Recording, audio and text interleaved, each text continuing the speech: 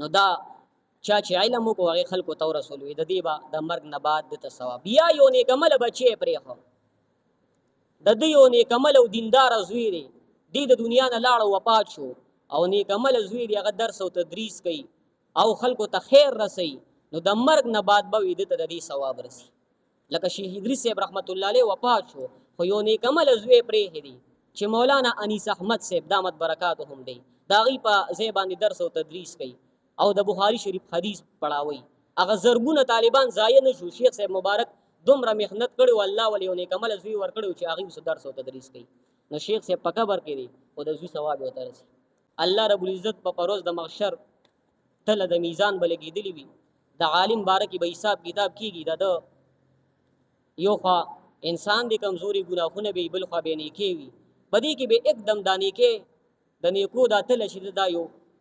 دې کې بس د اوریس په شکل کې څوک سرور یو هغه پکې واچولی شي، هغه به ښکته شي درنه به شي، دی به حیران شي یا الله دا څه وی زما بنده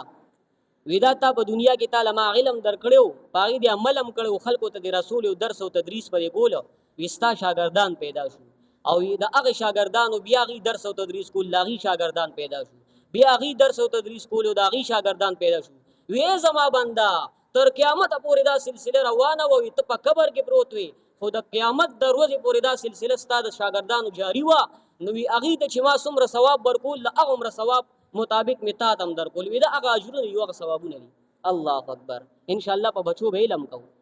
موږ به مړه یو، موږ ته به د هغې ثواب را رسي. دا پلار او نیکه دته کو دا زوی دعا کوي او کو نه کوي، خو چې دی عالم او درس او تدریس کوي نو دته ثواب رسي. داسې زوی بني چې پلار ته به دعا نه کوي، په بالفرض دعا ورته کوي نه بیا هم ورته ثواب رسي. نو انشاءالله دا به کوو.